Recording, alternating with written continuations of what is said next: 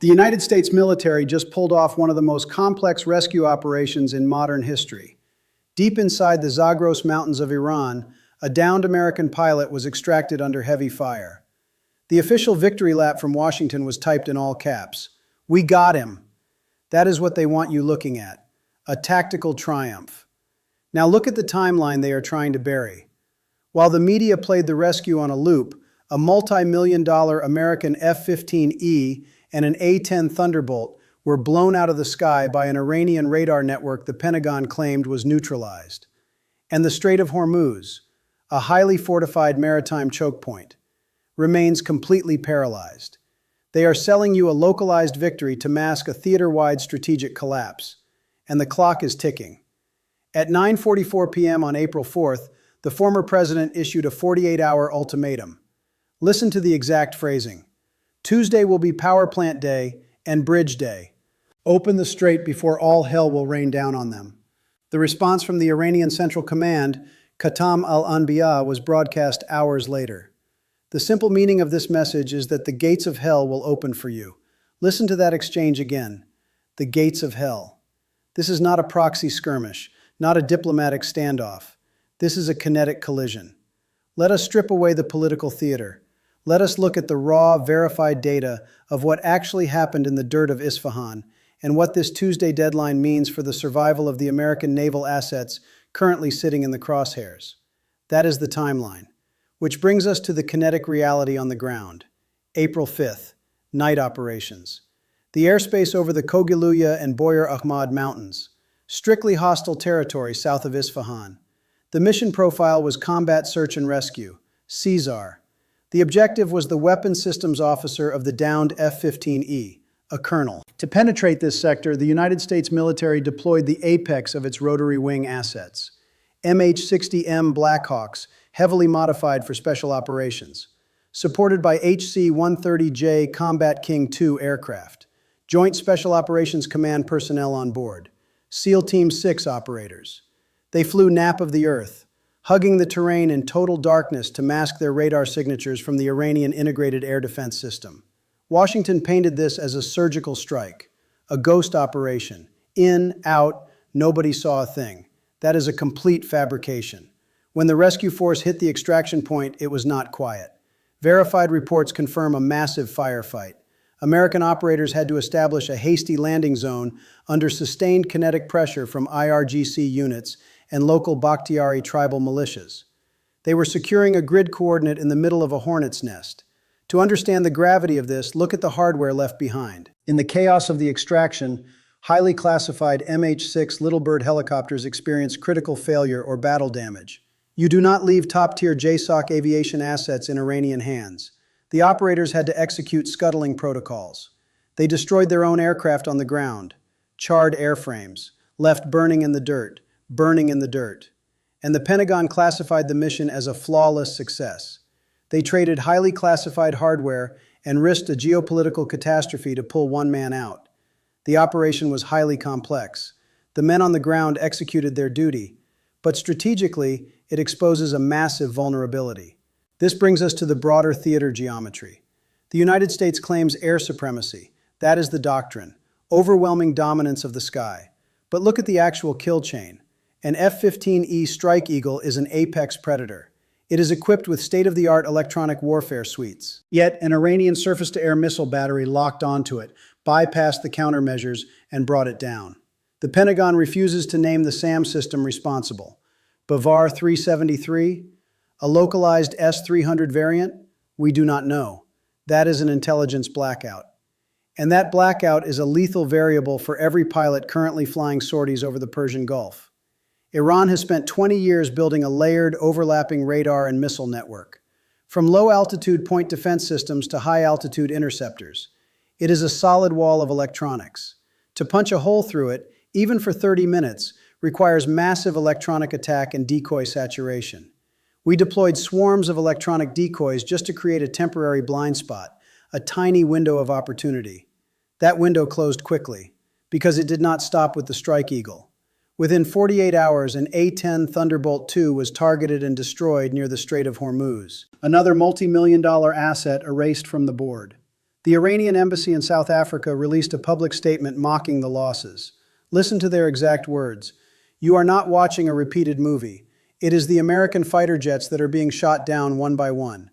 Read that again. Shot down one by one.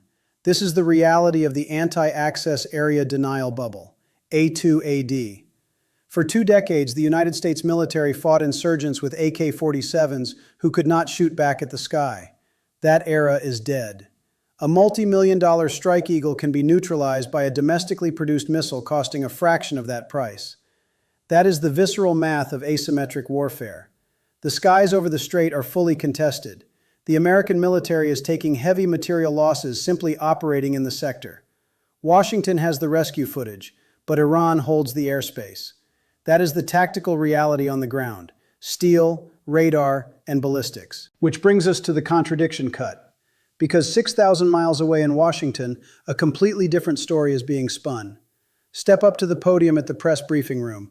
Listen to the official posture from the national security apparatus. "Our primary objective was the safe return of our personnel. We do not seek a wider conflict in the region. We do not seek a wider conflict." The phrase is mathematically incompatible with the events unfolding in the theater.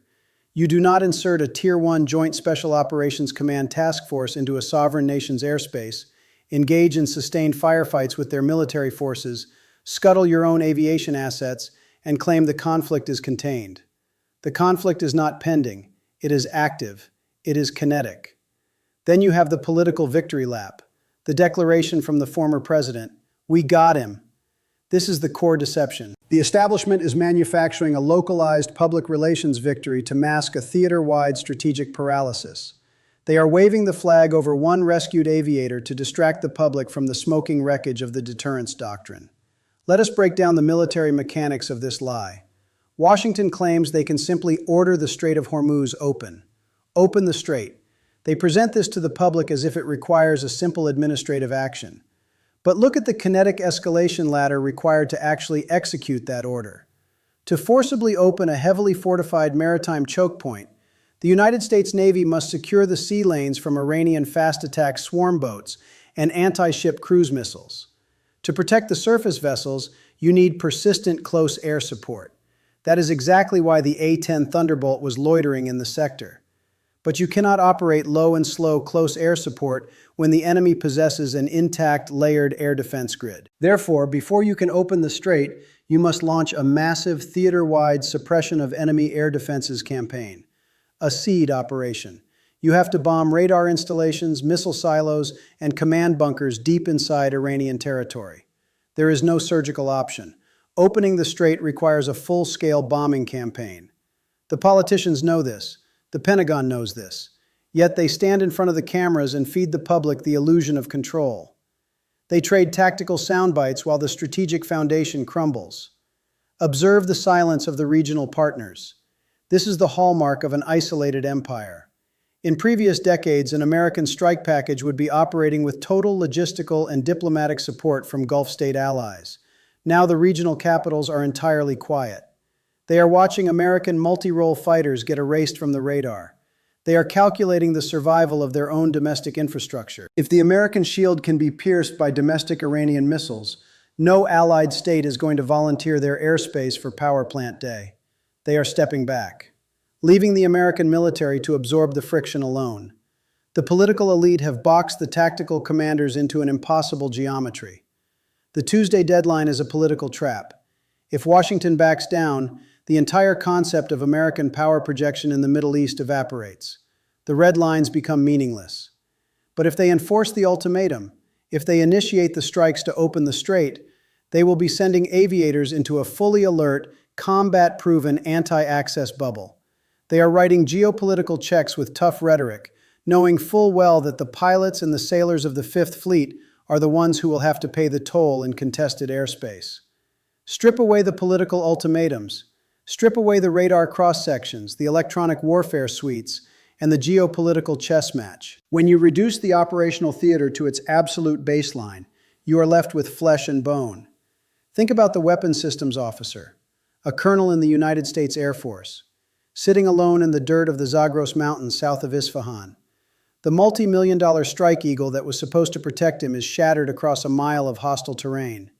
He is waiting in the absolute dark, listening to the static on his survival radio, waiting to see if the rotor blades in the distance belong to a Joint Special Operations Command extraction team, or if the footsteps in the rocks belong to the Islamic Revolutionary Guard Corps.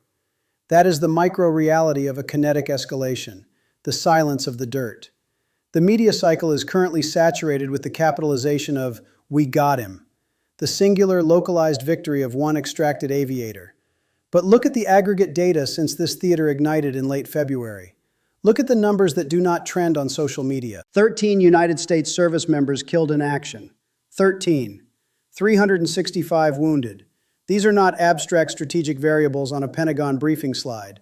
These are 13 aluminum transfer cases arriving on the tarmac at Dover Air Force Base, processed with quiet, bureaucratic efficiency. These are 365 bodies moving through the trauma triage chain. Shrapnel lacerations, concussive blast trauma, severe thermal burns from catastrophic airframe failures. It is the clinical, sterile reality of what happens when advanced kinetic weaponry intercepts the human body. The policymakers in Washington are calculating the political toll of their Tuesday deadline. They are negotiating via televised ultimatums. But out on the flight decks in the Persian Gulf, the theoretical debate is over. The toll is already being collected. 13 dead, 365 wounded. 5. The airspace is bleeding multi-million-dollar airframes to domestic missiles. The global energy choke point remains firmly locked, and a 48-hour political ultimatum is about to expire, forcing a full-scale kinetic confrontation.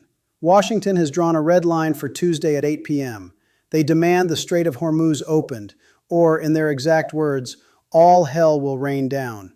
They are presenting this military escalation as an absolute strategic necessity to preserve the illusion of American hegemony. But look at the raw, visceral math on the ground. 13 transfer cases, 365 wounded, top-tier aviation assets scuttled and abandoned in hostile territory. The establishment in Washington is fully willing to pay this price, knowing they will not be the ones in the cockpits or on the landing zones. The question is not what the politicians want. The question is what the Republic can endure. Is forcing open a Middle Eastern maritime trade route worth sending another generation of American service members to burn in the valleys of the Zagros Mountains? Make your choice. Put your assessment in the comments.